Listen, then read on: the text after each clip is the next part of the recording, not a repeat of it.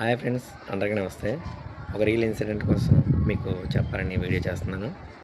నాకు తెలిసిన ఒక ఫ్రెండ్ జాబ్ రాక చాలా సఫర్ అవుతున్నాడు. ఎందుకంటే జాబ్ రావట్లేదని ఫీల్ అవుతున్నామని వెళ్ళి అడిగాను అనమాట.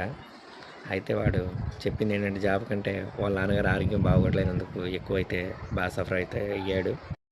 ఎందుకు నాన్నగారు ఆరోగ్యం పాడైందని అడిగితే వాళ్ళ నాన్నగారు ఎక్కువగా డ్రింక్ చేయడం వల్ల ఆరోగ్యం అలా క్షీణించిందని వాడైతే మనకి రిప్లై ఇవ్వడం జరిగింది.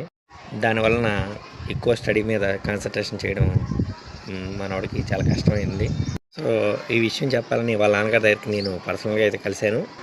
అప్పుడు నేనైతే అడిగానమాట ఆయన్ని, ఎందుకు అంకుల్ ఇలా తాగడం వల్ల మీ ఆరోగ్యం చెడిపోవడమే కాకుండా వాడు కూడా చాలా ఇబ్బంది పడుతున్నాడు మీ అబ్బాయి కూడా అని అడిగితే ఆయన ఇలా జవాబు అయితే ఇచ్చాడు.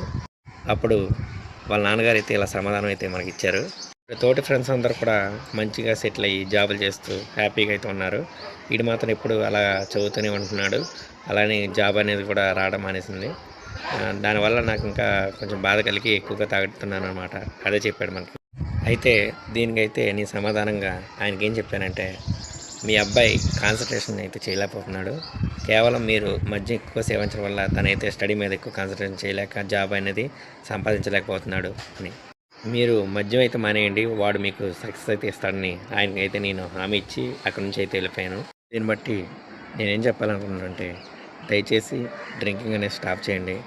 మీ మీద చాలా ఆశలు పెట్టుకొని మీ కుటుంబం అయితే మీకోసం ఎదురు చూస్తూ ఉంటుంది. Please stop drinking.